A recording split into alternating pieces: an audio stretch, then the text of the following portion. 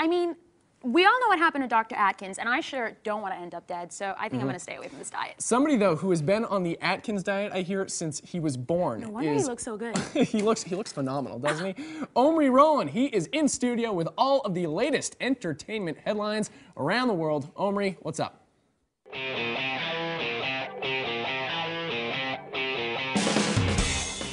Thanks, guys. I didn't think you'd notice.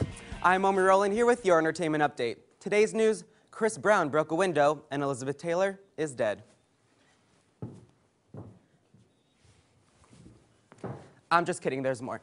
If you watch Good Morning America on Tuesday, then you're officially a witness in the case of Robin Roberts versus Chris Brown versus a window. Brown was on GMA to promote his new album Fame and took a few moments to sit down with anchor Robin Roberts for an interview that did not go to his liking.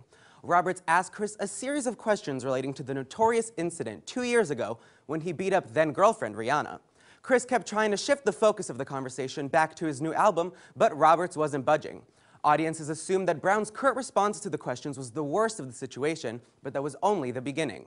When the cameras were off, Brown turned green as he transformed into the Incredible Hulk. He wrecked his dressing room, smashed a window, ripped off his shirt, and stormed off into the streets of New York.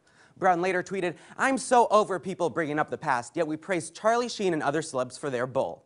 The most interesting part of this whole thing is that, according to Roberts, she ran her interview topics past Chris before the show, and he agreed to discuss them.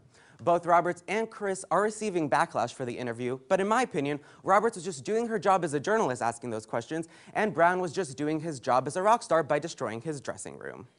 Luckily for Chris, his fans don't seem to be turned off by any of his antics, and his album is slated to sell between 250 to 275,000 copies in its opening week. On a much heavier note, Hollywood icon and screen legend Elizabeth Taylor has passed away early yesterday morning at the age of 79. The actress, who's as famous for her romances as she is for acting, battled congestive heart failure for many years and ultimately lost after being hospitalized for the past 6 weeks. Her publicist released a statement that Miss Taylor passed peacefully at the Cedars-Sinai Hospital in Los Angeles. Congestive heart failure is a serious condition where the heart cannot pump enough blood to the rest of the body, a disease that is unbefitting of a woman who had such a big heart. Taylor was an incredible philanthropist whose charity grossed just as much, if not more, than her films did. A true combatant in the fight against AIDS, she founded the Elizabeth Taylor AIDS Foundation in 1991 and has worked for the cause since.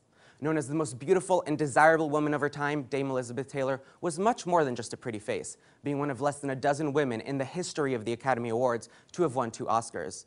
Even at her weakest, Taylor was always an optimist, telling Larry King back in 2001 that she hoped to gain a valuable lesson from each illness and setback that she was faced with.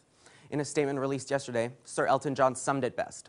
"We have just lost a Hollywood giant, but more importantly, we've lost an incredible human being." Elizabeth Taylor is survived by her 4 grandchildren, 10 grandchildren, and 4 great-grandchildren. Back to you, Terry Nanaridis.